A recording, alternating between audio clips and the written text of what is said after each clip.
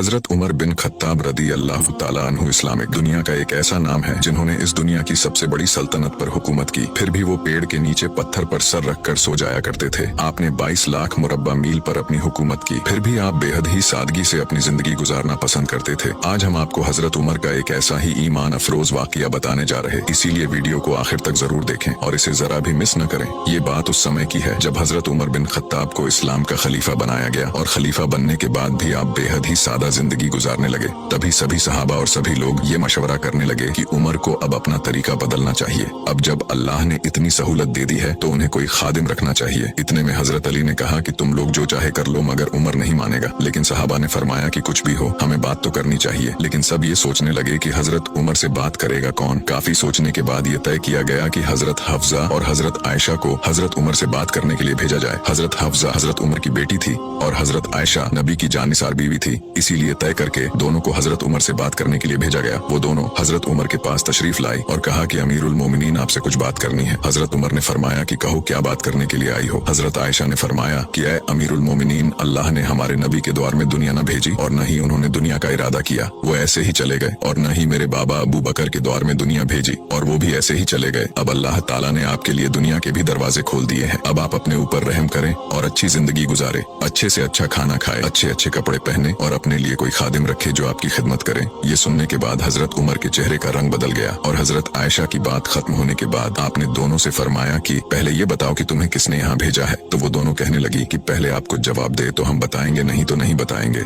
हजरत उमर ने कहा अगर तुम मुझे बता दो तो मैं उन्हें मार मार कर उनके चेहरे लहू लुहान कर दूंगा। ये कहकर आप रोने लगे और हजरत हफ्जा से फरमाया जो नबी की बीवी और आपकी बेटी भी थी, आपने फरमाया कि ऐ हफ्जा मुझे ये बता कि क्या कभी मेरे नबी को 2 वक्त का खाना खाते देखा है। तो उन्होंने फरमाया कि नहीं। फिर आपने फरमाया कि क्या तुझे याद है कि तेरे घर में नबी का बिस्तर क्या था? बस एक बोरा था जिसे तू दोहरा करके बिछाती थी।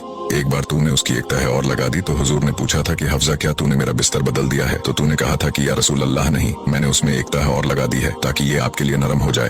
तो हुजूर ने फरमाया था कि इसे जैसा पहले था वैसा ही कर दे क्योंकि मुझे रात को उठने में मुश्किल पेश आएगी। आगे हजरत उमर ने फरमाया कि हफ्जा क्या तुझे याद है कि तूने एक बार नबी को खाना ऊंची तिपाई पर रख कर दिया था और मेरे नबी ने उसे उठाकर जमीन पर रख दिया था और कहा था कि जैसे गुलाम खाते हैं मैं वैसे खाऊंगा। और तुझे याद है कि अल्लाह के नबी के पास एक ही जोड़ा होता था और वो उसे खुद धोते थे, और जब हजरत बिलाल नमाज के लिए हुजूर को बुलाने आते तो आप कहते थे कि बिलाल मेरे कपड़े खुश्क नहीं हुए, नमाज लेट हो जाती थी क्योंकि दूसरा जोड़ा नहीं होता था। हजरत हफ्जा कहने लगी कि जी हाँ, और ये कहकर वो रोने लगी। हजरत उमर ने फरमाया कि आयशा और हफ्जा जिन्होंने तुम्हें भेजा है उन्हें जाकर कहो कि 3 दोस्त थे जो एक मंजिल की तरफ चले थे। पहला चला वो पहुंच गया, दूसरा चला वो भी पहुंच गया, अब तीसरा रास्ते में है और वो उनकी राह पर चलेगा तो उन तक पहुंचेगा, और अगर थोड़ा भी इधर उधर हुआ तो भटक जाएगा। उस जात की कसम जिसके कब्जे में मेरी जान है, मैं अपनी जिंदगी इसी तरह गुजारूंगा जैसा मैं हूँ, यहाँ तक कि मेरा अल्लाह मुझे मेरे साथियों से मिला दे। सुभान अल्लाह, ऐसी सादगी और ऐसी थी